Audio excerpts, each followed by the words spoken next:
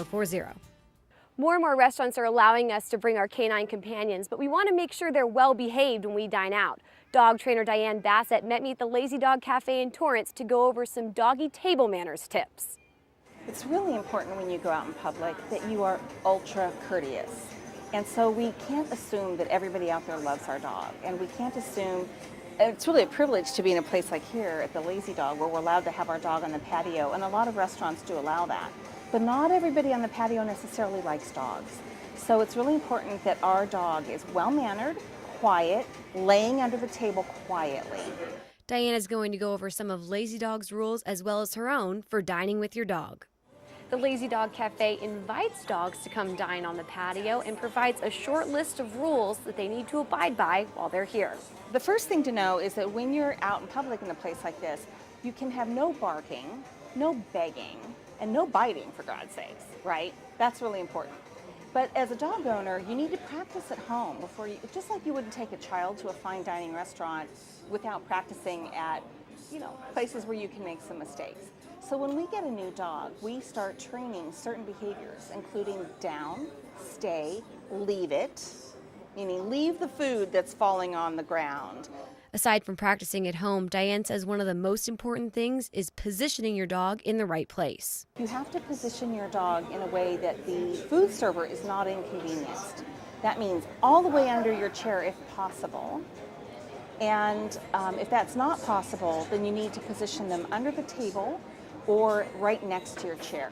You want to let your food server have access to the table and be able to reach in and reach out. The other thing you want to practice at home is practicing with your dog where the dog is positioned under the chair, and I remind the dog to stay, and I get up, but the dog stays under the chair. So my moving is not a signal to the dog that we're all getting up. The dog doesn't move from out from under the chair until I release him. And then meanwhile, if I need to get up, I leave him under there for a sec, I get myself up, I get the leash, ready, and then I release him and we go out together. Once you have the seating arrangement figured out, make sure you pay attention to what is going on in the restaurant, like other dogs being around. So the next thing to know is that this is not the dog park. This is not the time for your dog to go visit with other dogs that are there. Many of those people are trying to have their own conversations. Even though you're eating, remember to pay attention to your dog and what he or she might need. So the next rule is you, of course, need to potty your dog before you arrive. This kind of a situation is a lot of stimulation. And most dogs, they may not show it on the outside, but it's more stressful for them. They may even, of course, they're going to enjoy coming with you, but it's more stressful for them. They're going to have to go again sooner than you realize. So you want to make sure they're empty when they arrive. And then you want to be aware of certain signals that your dog may give you saying, "Mom, I have to go." Needless to say, you never leave home without a baggie. You must be prepared. It's also a good idea to bring treats along to reward your dog. I'm a big believer in training with positive reinforcement. And I always leave home with some convenient dog treats. I call these crackers. These are very healthy and you can break them into small pieces. So you want to remember to reward your dog intermittently for this long duration. And while we're talking, I'm paying attention to how long my dog has been good. He's been sitting under there, he's been really good. This is my way of saying, hey, thank you. So you reinforce, and that's how you get longer and longer durations. If you're planning on taking your dog to an outdoor restaurant for the first time, it's important to get a lot of practice at home, then try going to a less crowded environment first. You train and train and train at home until you think you're ready to go out into a public place where there's not a lot going on yet. So we want to raise the bar on the level of distraction in the environment slowly. Diane says that if your dog does not behave in a restaurant, he or she most likely has not had enough practice. But if you find yourself in that situation, it's best to step outside with your dog. It is a courtesy to everyone around you. If your dog is having a meltdown or is not acting appropriately, you discreetly get up and you get the heck out. And you might be able to regroup him out there, get him to settle, come back in, try it again. But if that's not the case, you need to note that you made a big mistake by bringing him, and so shame on us, right?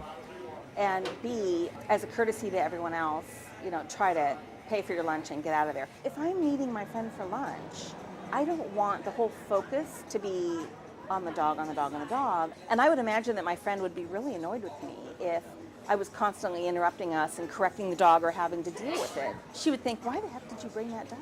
I mean, the ideal situation is that your dog is so well-mannered, it's under the table quietly, you're having a great conversation with your friend, your dog is not disrupting the scene, and no one even knows there is a dog. And then when you get up to leave the restaurant, people say, I didn't even realize there was a dog under that table. That's the ideal situation. With enough practice, you can bring your dog and have an enjoyable lunch. All of this is practice, practice, practice in all kinds of situations. And then you'll have a dog that is really well-mannered out in public, and you'll be welcome in situations like this. If you're interested in dog training with Diane, go to dogtrainingwithdiane.com or email diane@dogtrainingwithdiane.com. Those were some great tips. Popeye, were you taking notes? We will definitely have to go to the Lazy Dog Cafe soon. We're going to take a short break, but don't go anywhere. When we come back, we'll be talking pet safety and fun for Halloween.